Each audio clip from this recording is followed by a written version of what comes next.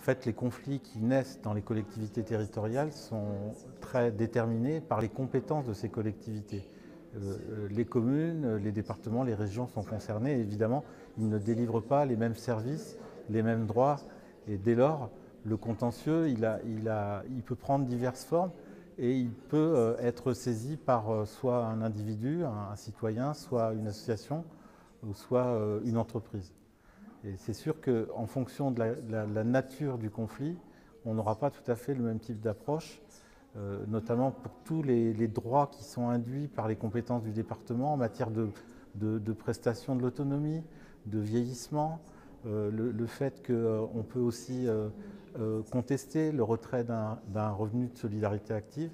Eh bien, la manière d'aborder le contentieux par le biais de la médiation va générer un dialogue compliqué parce qu'il met en scène des acteurs qui ont une position différente. On a d'un côté une administration qui a une vraie autorité, qui est pourvue de beaucoup d'expertise, et on a en face quelqu'un qui découvre que ce qu'il veut obtenir dépend d'un règlement, d'une législation, et donc il y a un décalage énorme qui fait qu'en général les gens ont l'intime conviction qu'ils sont déjà perdants à l'idée d'une médiation.